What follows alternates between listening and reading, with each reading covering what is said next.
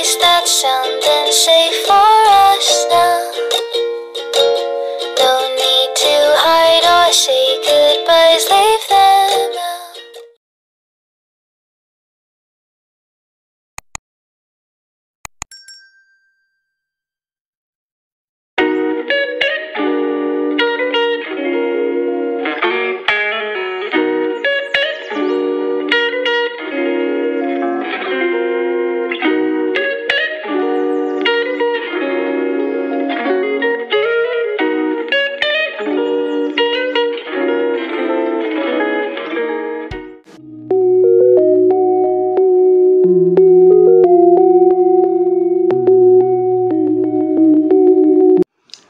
Assalamualaikum warahmatullahi wabarakatuh. Perkenalkan, nama saya Sablis Kedaya dengan NIM 2214315. Di sini saya akan menjelaskan tentang teori produksi. Apa itu teori produksi? Ada yang tahu teori produksi itu apa? Sini saya akan menjelaskan teori produksi. Teori produksi, prinsip ilmiah yang memiliki produksi yang meliputi yang pertama, bagaimana memilih kombinasi penggunaan input untuk menghasilkan output dengan produktivitas atau efisien yang bagus. Yang kedua yaitu bagaimana menentukan tingkat output yang optimal untuk tingkat penggunaan input tertentu. Teori produksi ada 5 jenis. Yang pertama yaitu produksi ekstraksi. Apa itu produksi ekstraksi? Produksi ekstraksi merupakan kegiatan produksi yang menambah atau menciptakan nilai guna dalam mengambil langsung sumber daya alam. Yang kedua yaitu produksi agraris. Produksi agraris adalah merupakan kegiatan produksi yang memberikan nilai tambah atau menciptakan nilai pada hewan dan tumbuhan. Yang ketiga yaitu produksi industri. Apa itu produksi industri? Produksi industri merupakan kegiatan industri yang memberikan nilai tambah dan menciptakan nilai yang mengubah barang mentah menjadi barang setengah jadi atau sudah jadi. Yang keempat yaitu perdagangan. Apa itu perdagangan? Apakah perdagangan itu tidak bisa diubah? Nah, di sini saya akan menjelaskan. Meski perdagangan tidak mengubah bentuk barang, perdagangan dapat dikategorikan menjadi kegiatan produksi karena perdagangan memindahkan tempat barang dari konsumen, dari produsen ke konsumen. Pada umumnya, para perdagangan akan memberi barang dari produksi dengan harga yang lebih terjangkau dengan pembelian grosir. Yang kelima yaitu jasa. Produksi jasa merupakan kegiatan produksi yang memberikan pelayanan pada konsumen. Hasil output di bidang jasa tidak bisa dilihat wujudnya sebab tidak berupa fisik. Produksi jasa hanya bisa dirasakan manfaatnya. Contohnya, di bidang jasa itu kayak kesehatan, telekomunikasi, pendidikan, hiburan, dan perbankan. Di sini saya akan menjelaskan tentang tahapan teori produksi. Yang pertama yaitu tahapan primer. Tahapan primer, pembagian tahap produksi primer berlaku untuk kegiatan produksi di bidang ekstrasa dan agraris. Yang kedua yaitu tahapan sekunder. Tahapan sekunder merupakan lanjutan dari produksi primer. Bahan mentah yang dihasilkan pada tahapan primer memerlukan pengelolaan lebih lanjut. 3. Tahapan tersier. Tahapan tersier merupakan tahapan produksi yang tujuannya utama adalah memperlancar perbuatan barang serta menyalurkan barang dari produsen ke konsumen. Saya akan menjelaskan tentang dimensi jangka pendek dan jangka panjang. Dalam aktivitas produksi, produsen mengubah berbagai faktor produksi menjadi barang dan jasa berdasarkan hubungan dengan tingkat produksi. Faktor produksi dibedakan menjadi faktor produksi tetap, fixed input, dan faktor produksi variable input. Faktor produksi tetap adalah faktor produksi yang jumlah penggunaannya tidak tergantung pada jumlah produksi. Ada atau tidak adanya kegiatan produksi, faktor produksi itu harus tetap bersedia. Mesin-mesin pabrik adalah salah satu contoh. Sampai tingkat interval produksi tertentu jumlah mesin tidak perlu ditambah. Tetapi jika tingkat produksi menurun bahwa sampai 0 unit atau tidak berproduksi, jumlah mesin tidak bisa dikurangi. Jumlah penggunaan faktor produksi variabel tergantung pada tingkat produksinya. Makin besar tingkat produksi, maka banyak faktor produksi variabel yang digunakan, begitu juga sebaliknya. Buruh harian lepas di pabrik rokok adalah contohnya. Jika perusahaan ingin meningkatkan produksi, maka jumlah buruh harian ditambah. Sebaliknya, jika ingin mengurangi produksi, buruh harian dapat dikurangi. Pengertian faktor produksi tetap dan faktor produksi variabel terkait erat dengan faktor yang dibutuhkan untuk menambah dan mengurangi faktor produksi tersebut. Dalam jangka panjang dan sangat panjang, semua faktor produksi sifatnya variabel. Perusahaan dapat menambah atau mengurangi kapasitas produksi dengan menambah dan mengurangi mesin produksi dalam konteks manajemen ukuran jangka panjang dan jangka sangat panjang terkait dengan waktu kronologis. Misalnya, ada kualifikasi yang menyatakan bahwa jangka panjang terkisar antara 5-25 tahun, jangka sangat panjang bila waktunya lebih dari 25 tahun. Teori produksi tidak mendefinisikan jangka pendek dan jangka panjang secara kronologis. Periode jangka pendek adalah periode produksi di mana perusahaan tidak mampu dengan segera melakukan penyesuaian jumlah penggunaan salah satu atau beberapa faktor produksi. Periode jangka panjang adalah periode produksi di mana semua faktor produksi menjadi faktor produksi variabel. Tenggang waktu jangka pendek setiap perusahaan berbeda-beda, tergantung jenis usahanya. Perusahaan yang memproduksi barang-barang modal, periode jangka pendeknya barangkali 5 tahun atau sebab perusahaan membutuhkan waktu minimal 5 tahun untuk menambah kapasitas produksi dengan menambah mesin. Perusahaan yang mengelola makanan kaleng, periode jangka pendeknya barangkali hanya 2 atau 3 tahun. Adakah perusahaan yang jangka pendeknya kurang dari 1 tahun? Ada, misalnya restoran kelas menengah ke bawah yang faktor produksi tetap adalah rumah dan peralatan masak.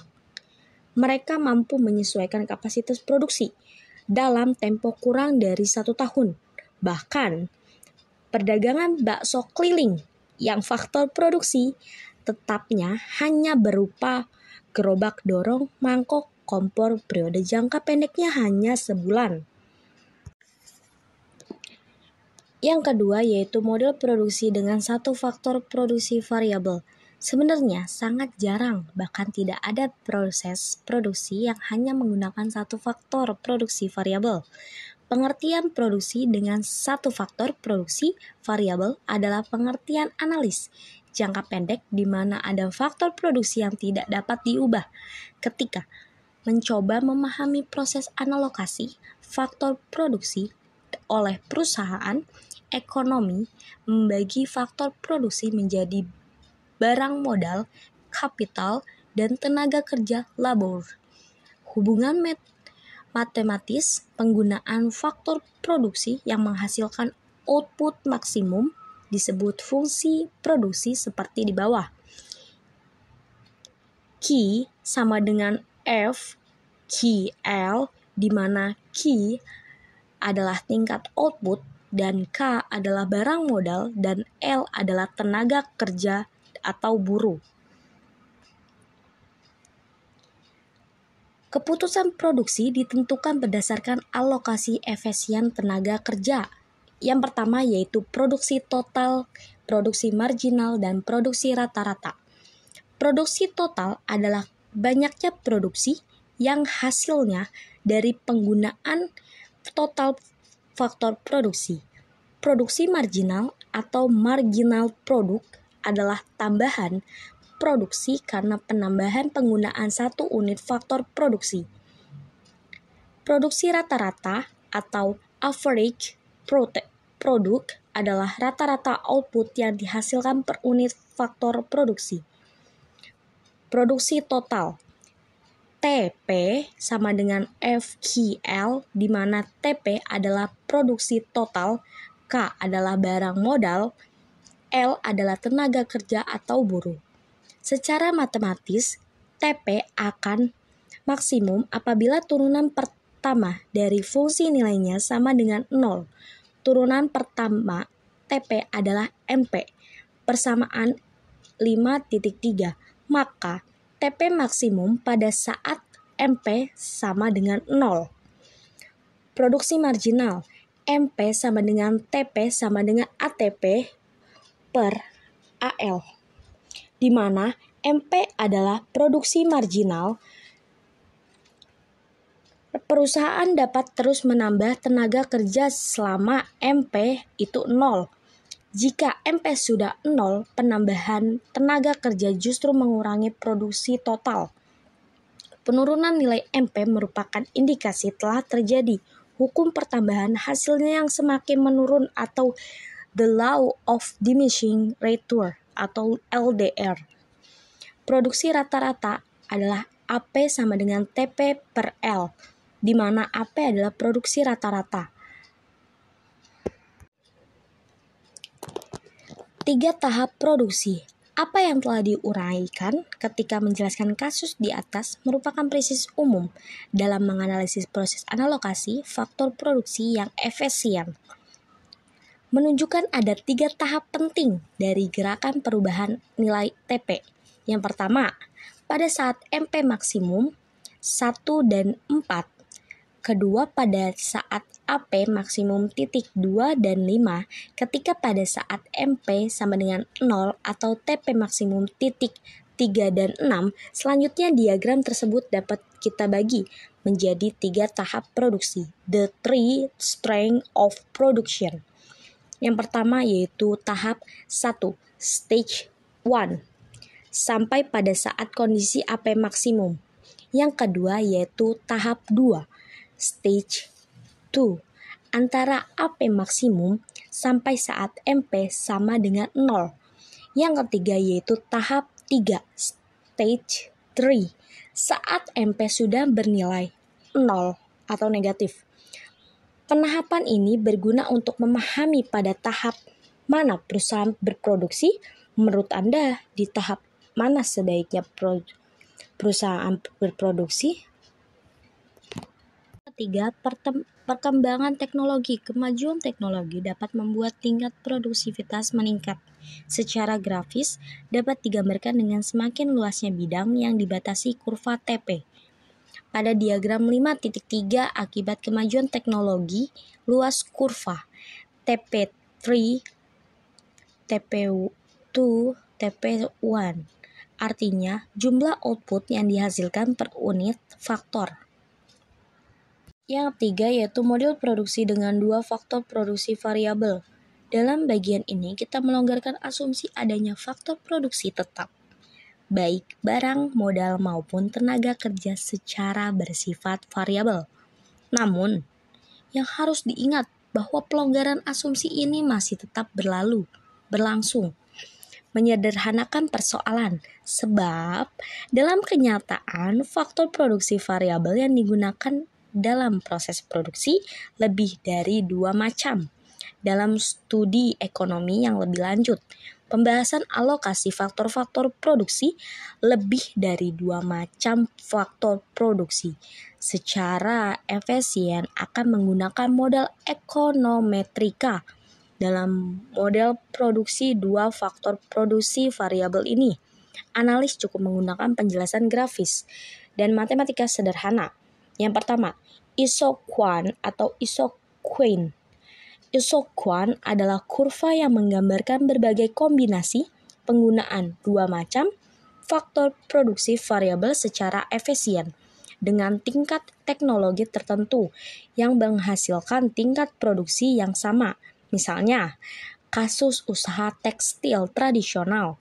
Di muka kita pelonggaran asumsinya dengan menyatakan bahwa mesin dapat diubah. Selanjutnya yaitu kita melihat bahwa tingkat produksi 105 bal tekstil dapat dicapai dengan beberapa kombinasi faktor produksi, yaitu 1 mesin dengan 5 tenaga kerja, 2 mesin dengan 3 tenaga kerja, dan seterusnya. Asumsi-asumsi isoquant atau konveksitas atau biasa disebut convexity. Asumsi konveksitas analog dengan asumsi pada pembahasan perilaku konsumen, yaitu kurva indiferensi yang menurun dari kiri atas ke kanan bawah. Produsen dapat melakukan berbagai kombinasi penggunaan dua macam faktor produksi untuk menjaga agar tingkat produksi tetap. Kesediaan produksi untuk mengorbankan faktor tingkat produksi tetap. Kesediaan produsen untuk mengorbankan faktor produksi yang satu demi menambah penggunaan faktor produksi yang lainnya. Untuk menjaga tingkat produksi pada isoquant yang sama disebut derajat teknik substitusi faktor produksi atau marginal rate of technical substitution of teknik substitution faktor produksi atau marginal rate of textural substitution MRTS. MRTS LK adalah bilangan yang menunjukkan berapa unit faktor produksi L harus dikorbankan untuk menambah 1 unit faktor produksi K. Barang modal mesin, maka MRTS LK adalah berapa unit tenaga kerja yang harus dikorbankan untuk menambah 1 unit mesin demi menjaga produksi pada tingkat yang sama. Dasar pertimbangan substitution faktor produksi adalah perbandingan rasio produktivitas penurunan nilai MRTS diminution of MRTS. Sama halnya dengan konsumen, produsen menganggap makin mahal faktor produksi yang semakin langka. Itulah sebabnya mengapa nilai MRTS LK makin menurun, hukum LDR. Dalam kasus tertentu, nilai MRTS akan semakin menurun. Dalam kasus-kasus tertentu, nilai MRTS akan konstan atau nol. MRTS konstan bila kedua faktor produksi bersifat substitution sempurna, seperti pada diagram 5.6a. MRTS adalah 0 bila kedua faktor produksi mempunyai hubungan proporsional tetap, Fischl proportion production function, seperti ditunjukkan oleh diagram 5.6b. Yang ketiga yaitu hukum pertambahan hasil yang semakin menurun, the law of diminishing return. Di muka telah diuraikan bahwa dalam penggunaan dua macam faktor produksi juga berlaku hukum LDR. Pada diagram 5.7, Q60, Q80, Q90 adalah isoquant dengan tingkat produksi masing-masing 60, 80, 90 unit. Penurunan hasil tenaga kerja L dapat dilihat dengan menarik garis ABC. Jika kita berproduksi dengan faktor produksi mesin K sebanyak G unit, penambahan L sebanyak AB unit menambahkan output sebanyak 20 unit. Tetapi penambahan berikutnya dengan jumlah yang sama, BC sama dengan AB, hanya menambah output sebanyak 10 unit. Penurunan hasil K dapat dilihat. Misalnya, pada saat jumlah L sama dengan M unit, perhatikan garis DBE. Awalnya, untuk menambah 20 unit output cukup menambah DB unit K. Tetapi, ketika akan menambah output 10 unit lagi, jumlah unit mesin yang ditambah jauh lebih besar, yaitu BE unit lebih banyak dari DB unit. Yang keempat, daerah produksi yang ekonomis atau biasa disebut relevance range of production. pada saat membahas model produksi satu faktor produksi variabel, telah disimpulkan bahwa daerah produksi ekonomis perusahaan adalah daerah tahap 2. Prinsip yang sama berlaku untuk model produksi dua faktor variabel. Perubahan output karena perubahan skala penggunaan produksi atau return of scale. Perubahan output karena perubahan skala penggunaan faktor produksi adalah konsep yang ingin menjelaskan beberapa besar output berupa bila jika jumlah faktor produksi dilipat gandakan doubling. Yang pertama, skala hasil menaik.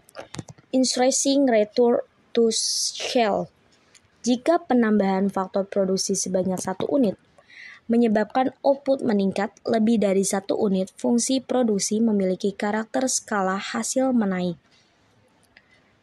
Menunjukkan bila penggunaan mesin dan tenaga kerja dilipat gandakan, output meningkat lebih dari 2 kali lipat. Pencapaian hasil ini dimukakan antara lain karena kemampuan manajemen dalam menangani produksi skala besar dan sinergia antara mesin dan tenaga kerja. Yang kedua, skala hasil konstan atau constant return to scale. Jika pelipat gandaan faktor produksi menambah output sebanyak 2 kali lipat juga, fungsi produksi memiliki karakter skala hasil konstan, seperti digambar dalam diagram 5.10. Yang ketiga yaitu skala hasil menurun, decreasing return to scale. Jika penambahan 1 unit faktor produksi menyebabkan output bertambah kurang dari 1 unit, fungsi produksi memiliki karakter skala hasil menurun, decreasing return to scale, seperti ditunjukkan pada diagram 5.11. Perkembangan teknologi. Kemajuan teknologi memungkinkan peningkatan efisien penggunaan faktor produksi. Tingkat produksi yang sama dapat dicapai dengan penggunaan faktor produksi yang lebih sedikit. Seorang ekonom bernama Hicks mengklarifikasi kemajuan teknologi berdasarkan pengaruhnya terhadap kombinasi penggunaan faktor produksi.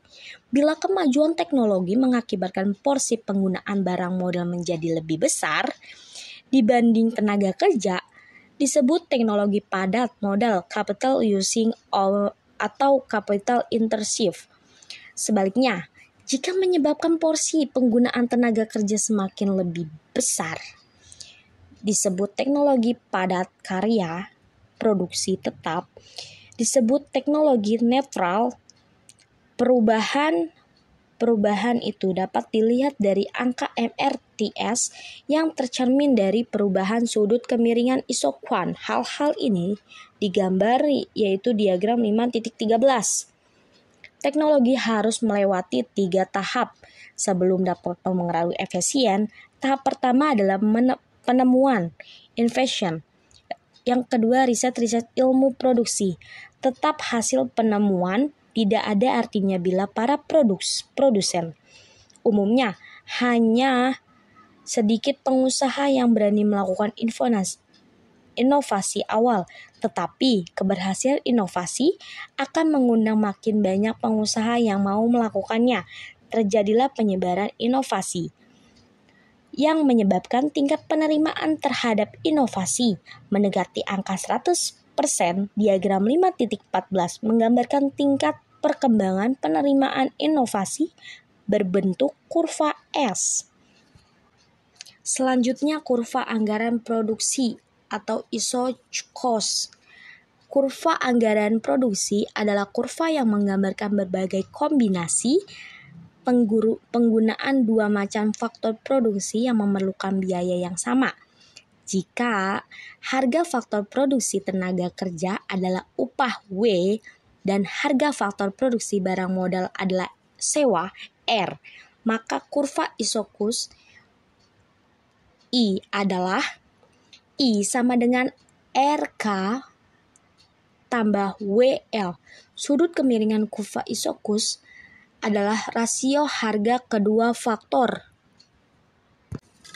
Keseimbangan produsen terjadi ketika kurva isokus bersinggungan dengan kurva isokwan. Di titik persinggungan itu kombinasi penggunaan kedua faktor produksi akan memberikan hasil output yang maksimum. Keseimbangan dapat berubah karena perubahan kemampuan anggaran maupun harga faktor produksi. Tujuan perusahaan adalah memaksimalisasi laba. Untuk mencapai tujuan itu, dalam jangka pendek maupun jangka panjang perusahaan harus tetap mempertahankan efisiennya. Biasanya, perusahaan menetapkan target yang akan dicapai setiap tahunnya, yang harus dicapai dengan biaya minimum. Dalam jangka panjang, perusahaan memiliki tingkat fleksibel lebih tinggi dalam mengombinasikan faktor produksi.